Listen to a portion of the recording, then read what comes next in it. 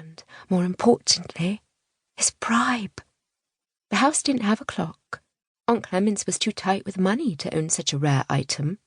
Still, Rose knew it must be nearly noon, when, according to the contract between Sybille's family and the Scarcliffs, the examination of Sybille would take place, and the girls' futures would be sealed. Trying to keep calm, Rose gulped down her beer, something even the 10-year-olds in Gordon's Rod were permitted to do, and cast her eyes about as if expecting to spot Hughie hiding under the dusty washstand or the pianoforte with its chipped paint and snapped wires. Every young person in the village but Hughie was here. Those over 20 were scattered around the parlour in defensive clumps, as if protecting themselves from Aunt Clemence's barrage of nosy questions and annoying witticisms. The 15 or so younger people, mostly in their mid to late teens, gathered in front of the cold fireplace, like an excited mob at an execution. They knew the truth about Sybille, and were drinking and loudly guessing about what would happen when she was inspected. Words no young woman liked to hear drifted across the room toward Sybille and Rose. Her spine straight, Sybille met their words and gazes head-on, but moved closer to Rose as if for support.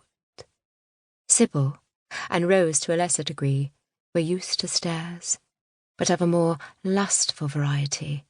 While Sybille's tall frame, full bosom, and dainty backside were rather in vogue, Rose had a small birthmark below her bottom lip, which she frequently covered with 2 fingers when faced with someone she hoped to impress.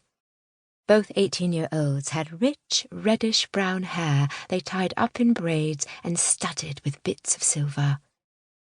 Now Sybille's nose quivered at the sight of their peers. "These filthy bacons," she said, her voice rising with each word. "We'll never escape them." "Shh," Rose warned nervously. "If you and Hughie struck a deal, he'll be here with the money." "Ah, no he won't," a voice trilled happily. Rose turned to find Joan Town and Aunt Clemence's mousy maid, Rebecca, clutching at each other and giggling. They'd come through the nearby kitchen door unnoticed. 17, with scraggly blonde hair and a patched red gown, Joan had the odd habit of pulling on her braids when she got excited. "You are talking about Hughie Moworth, aren't you?" Joan chirped with glee, one dirty hand tugging at a greasy strand of hair. "On my way to today's hanging." Another gale of giggles erupted from Joan and the maid. "So sorry, not hanging. On my way to this examination, I spotted Hughie outside the tavern face down in a puddle of vomit." Joan laughed again before adding, "Probably not his own." So that's where he is, Rose thought. She still had time to drag him here. Before she could take a step toward the door, though, Joan stopped her. "Can you carry 6 times your weight in drunken Hughie flesh, dear Rose?" she asked. "I would love to see that.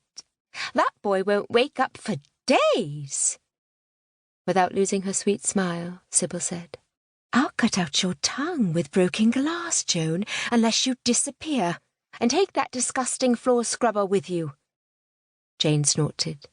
"Poor pathetic Sybille," she said to the maid. "When her father finds out the truth, he'll kill her." Something dangerous in Sybille's eyes made Joan and the maid scurry off to join the others at the fireplace. Once she was gone, Sybille whispered to Rose, "She's right, you know. Father will kill me." Rose knew this was no exaggeration. Sybil's father, Mervyn Maidstone, had risen from peasant to the town's wealthiest, most influential landowner and farmer. He'd done it so ruthlessly, many said he'd left a few bodies, including Sybil's mother, in his wake. Still, he was a righteous man. When Sybil's brother Robert had been caught stealing a pear from the Saturday market, Mr. Maidstone had determined burning his son's thumb was not harsh enough a punishment, and volunteered to cut off part of Robert's ear instead. After months of negotiating, and having spent a considerable fortune, Mr. Maidstone managed to arrange a marriage between Sybille and Valentine Scarcliffe, brother to one of Queen Elizabeth's ladies-in-waiting.